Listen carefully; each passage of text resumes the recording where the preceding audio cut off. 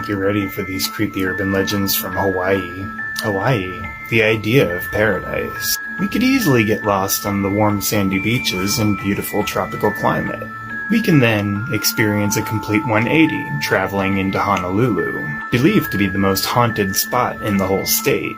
The Kaimuki house itself looks relatively normal, but the story behind it is anything but.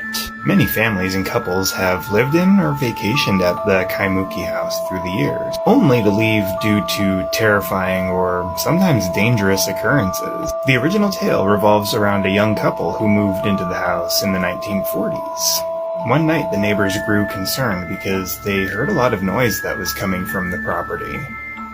So they decided to call the police, suspecting domestic issues. When the police arrived, the couple told the police that they were being attacked by a force that they couldn't see. This occurred again about 30 years later to another young woman who was living on the property at the time. The creature that lives there is said to be a kasha, a man-eating entity from Japanese folklore. While there have been a couple of attempted explanations, nothing has really been solved. Like and follow if you would be brave enough to visit the Kaimuki House of Horror.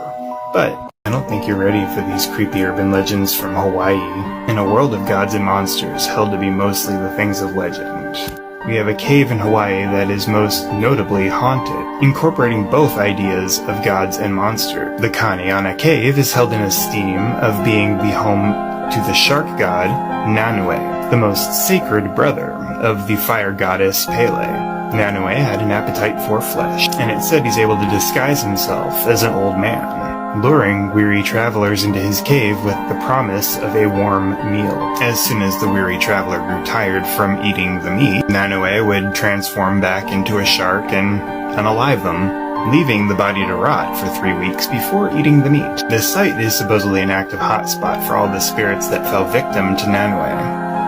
Like and follow if you'd be brave enough to go looking for the shark god.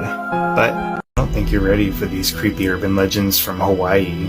This is a legend that's been around for a while, passed down from multiple generations. This is the legend of the protectors of the land, the Night Marchers.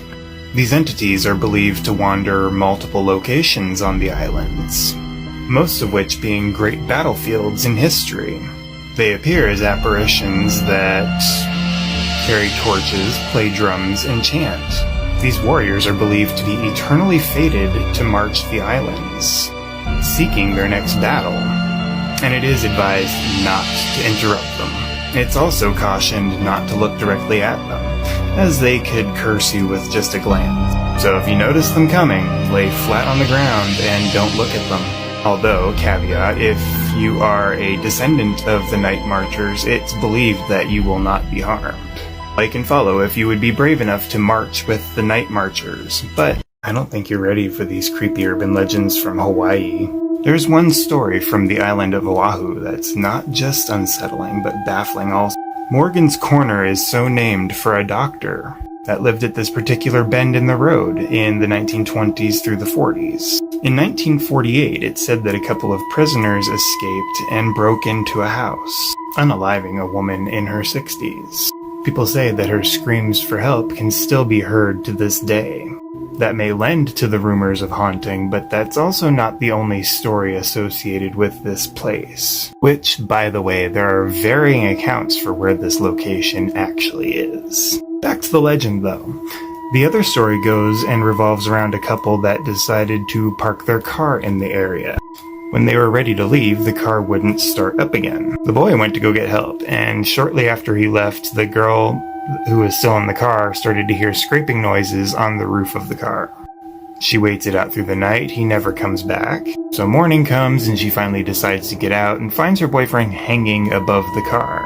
Those scraping noises were coming from him. Like and follow if you'd be brave enough to go and find Morgan's Corner. But I don't think you're ready for these creepy urban legends from Hawaii. This here is originally a Japanese legend that made its way to the Hawaiian Islands. And there has been a real-life account of the Amujina. Quick definition, Amujina is a shape-shifting entity, face entirely optional. On a balmy night in 1959, at a drive-in movie theater in Kahala, a woman went to the ladies' restroom, and when she got there, she found another woman who was already in there combing her hair. No big deal, right? So our protagonist does what she needs to do in there, and she finally gets around and gets close enough to the other woman, and notices that she doesn't have facial features. The main character in our story allegedly had a nervous breakdown and was treated at the hospital. The locals even just thought that this story was just a rumor, until a radio host was talking about the legend on a show in 1981, and that same lady called in to recount her truth and reaffirm her story. Like and follow if you would be brave enough to face the faceless woman. But